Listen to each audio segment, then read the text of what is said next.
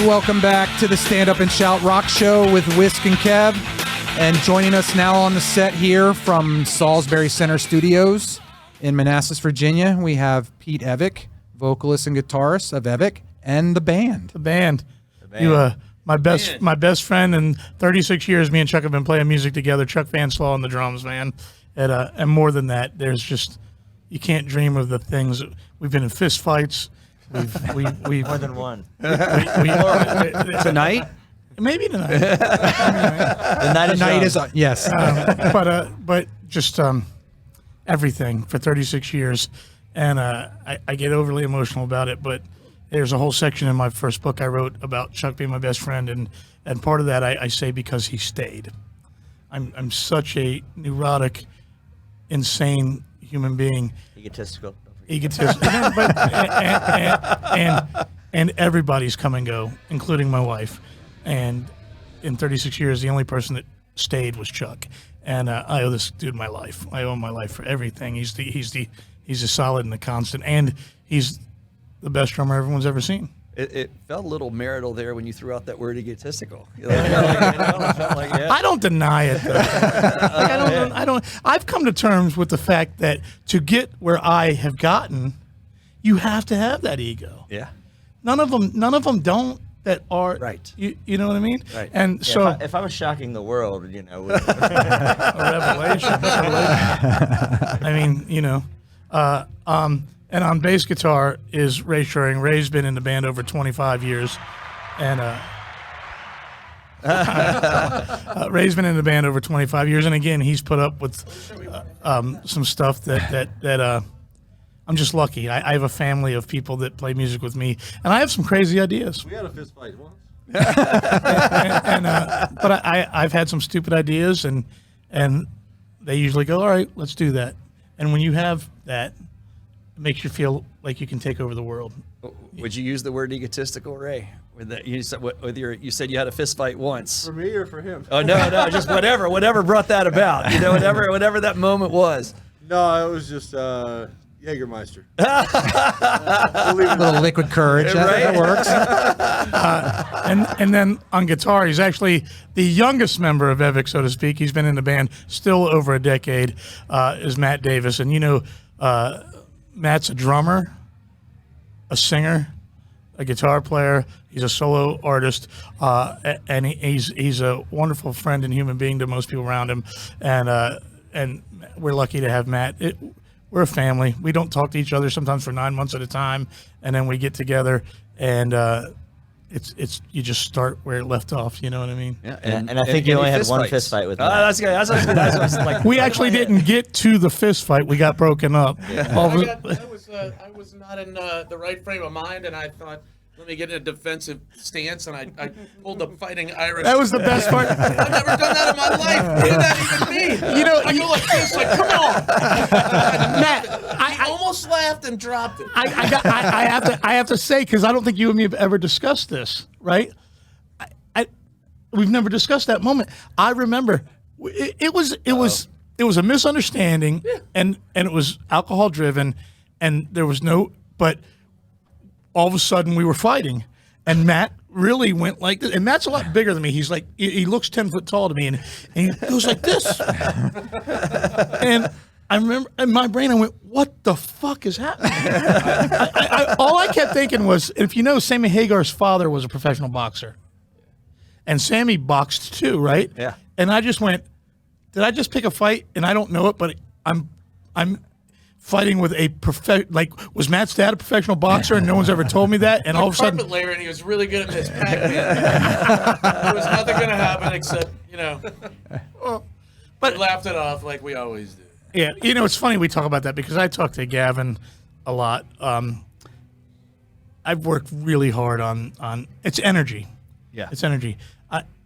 I've been diagnosed several times because I feel like I'm bipolar, and I'm not. I'm probably on the edge. But most of us musicians, probably the ones that are successful and kind of play a lot and create a lot, are living in that. Yeah, we're probably living in that realm somewhere. Very emotional place. Yeah. But it's such an extreme to me that I go, I've been checked. and I'm not. But what I've learned is a lot of the world, and I think Matt's a lot like this. Chuck is not like this. This is as happy and as sad as Chuck has ever been. Right? This is as happy and as sad. But me and Matt are both very, very extremely emotional. And some people see that as anger. They see the anger. But I feel like it's a gift where you may live your emotions in black and white. I live my emotions in Technicolor, which means I may get madder than you get, but I also get happier than you get. Sure. So to me, it's a gift. Tell me if you agree with this. That like some people Come in a little closer to the their mic. moods kind of go like this, and some of us, our moods kind of go like this. Yeah. And the creative spells come in this part and this part, That's right. which not everybody gets to experience. Right. It- That's exactly it. It's a lot to deal with. Though, Yeah, at the yeah. same time. Sure. Right? Yeah, and that's it, Matt. A lot of people, artists are so emotional, and non-artists will never know the joy we feel or the sorrow we feel, Sure. or the anger. But the anger is usually the thing that makes the news. Yeah. Yeah. Of course. no one ever goes, "Hey, did you see Axl Rose the other day? He was so happy, I couldn't believe it." But you sure hear when he gets mad and kicks the speakers over or doesn't go on stage because he's throwing a tantrum. Slowing down for the car crash. Throws Like slowing throws down his to watch in the ears car crash. across the stage. Wait, we got another down here. So we have This is Zachary. This is our bass player Ray's son. Yeah, Zach, It's you just wanna- Zach. You want to say hello to everybody? Hi. We're glad you made it up, Zach. How many of these rock shows from EVICK, from your dad's band, have you seen? All of them. All of them. Wow. All right, you've been around for a while then. That's impressive. All of them since you've been alive. Say that. Those guys might be a little older, maybe. He saw a Bret Michaels show when he was, I don't know, 9, 10 months old. Uh-huh. Yeah. Now, Zach, I'm interviewing here you just a touch. Do you have like a song? Maybe your dad can help you out. A song that you prefer, like to listen to, that like your dad's band plays? A song that you like a lot? Go ahead and tell him it's Drift Away. No. No. Do you like all of them? That's the good answer. That's the answer they want to hear. Thanks, Zach. Say it out loud. I like Drift Away. Okay. There we go. There we go. Excellent. Excellent. Payment is in the mail. Yeah. So obviously, probably a lot of emotions. We talked about in the first podcast when you joined us, Gavin, Yeah. at his debut performance. So I know we're getting close to that time, so we don't want to hold you up too much, but talk a little bit about sort of what you're feeling right now with Gavin about to make his first appearance on stage with his band. It's a strange thing, man. I'm frightened, but I'm not frightened for him performing badly. I'm frightened for him not understanding that it's not going to be perfect. And I think me and Matt were talking about this earlier. Experience is what teaches you that. Amen. And I was just out there before we walked in telling him again, if something goes wrong, don't look around. Don't draw attention to what's going wrong. 9 times out of 10, the audience has no idea there's a mistake. Just roll with the it. biggest part of being a front man is rolling with it. Yeah. And I was trying to explain it to him, but you can't, Jeff, you can't teach that. And it's his first performance ever. It's his guitar player's first performance ever. And it's not, they're going to get up there and their adrenaline's going to be on 10. The monitor mix isn't going to be right. It's not, you can't prepare him for it. And I'm frightened for his emotion. He is like me and Matt. He can get as low as it gets and down on himself like I've never seen.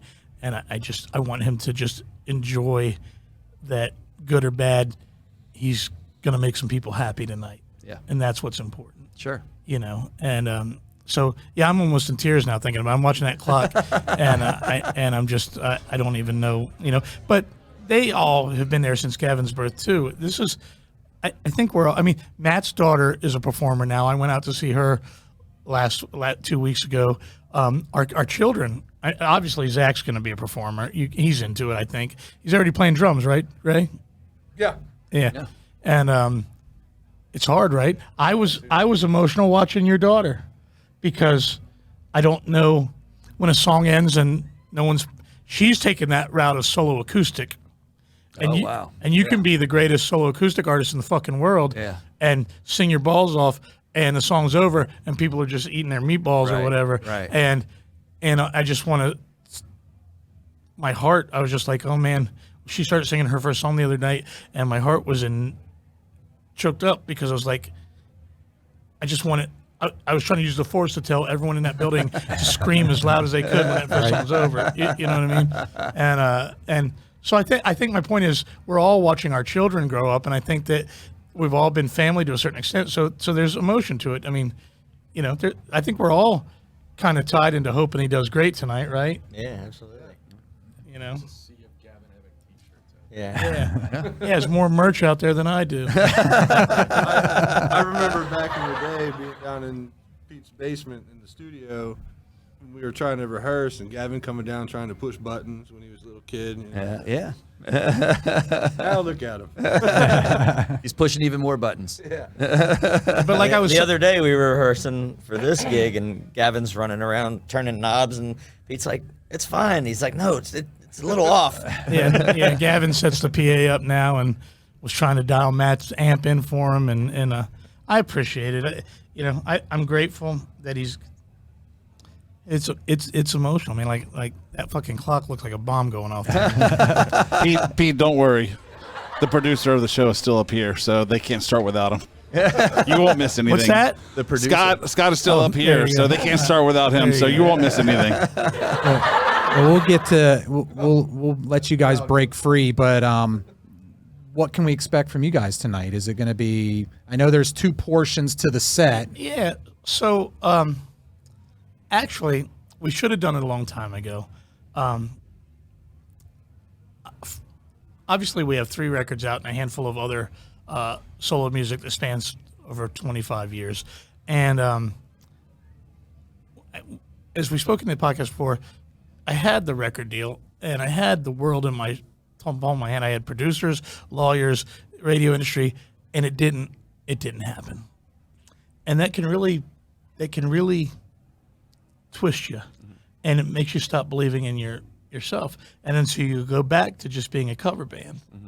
And I write these songs. All these people like to hear those songs. And Matt would often say, why don't we do more originals? Sometimes we're in the middle of a set and Matt's just yelling at me, originals. Like there would be times where he would just do that. And I love those songs, but you start to think that other people just don't. Right? But it turns out they do. And this gig, I think I told you, this is a very special gig. We've got people from Canada here. We've got people from California, Texas, Louisiana, Missouri, Minneapolis, New England, Pennsylvania. I mean, there's more people from out of town than local at this gig. And they all come not because we play John Cougar Mellencamp covers. Right. And I didn't think about that for a long time. And Matt would always go, "Oh, let's play the originals." And Ray was always an advocate of playing the originals, and Chuck probably was too. But I don't listen. And so, and I don't talk. My brain was going, we should play my Chuck, original. your face is so expressive. You kind of don't need to. I'm glad we have a camera in here. It's just not an audio podcast, and it's catching every expression as you're making it. And so we have this one friend of ours. His name's Wayne Oregon. Wayne was such an advocate of people want to hear your originals.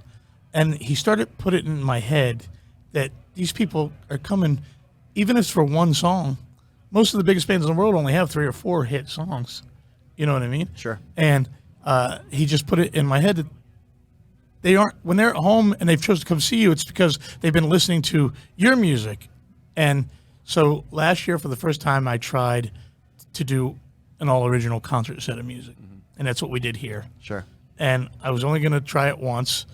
And as far as I can tell, it was a success. Sure. Kevin and I were here. Yeah, we it was were great. not podcasting, and it was packed. That floor was packed. And not only did I feel it was a success, but it felt good to me.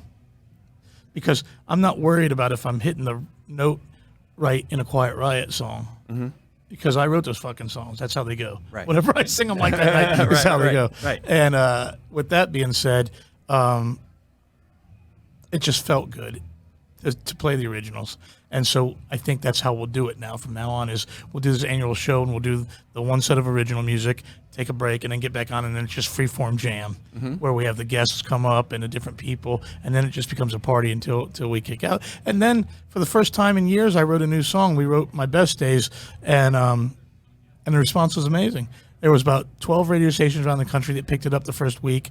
The video on YouTube got a lot of views. I got like probably 200 different interview and podcast and radio requests, and so the song gained momentum. And I just thought, but I like playing covers. I have fun. Yeah. I enjoy playing Warrant songs and Poison songs. Sure. Not the I guess Poison songs are covers to me, but it's a weird line with all Right. that now. Sure. And I just still like to play music. Yeah. But the originals, I wrote them. These people are here, so, and these guys support the idea of playing them, so that's what we're going to do. Yeah. Awesome. Excellent. All right. Well, thank you. We're looking forward to the show tonight. And, All right. knock 'em dead. Expressionless Chuck. All right. Hey, guys, thank you so much, man. So much. Thank you. Thanks for having Pete. us. Yes. This is the Stand Up and Shout rock show on Are one of you Wild guys gonna Style ever- Radio. Are one of you guys ever going to sing that? The stand up and shout. I'll work on it. I'll work on it. You don't want me to sing it. Stand up and shout! There you go. Oh, come on, come on. I am stunned. Pete. You put me on that spot. I got you covered.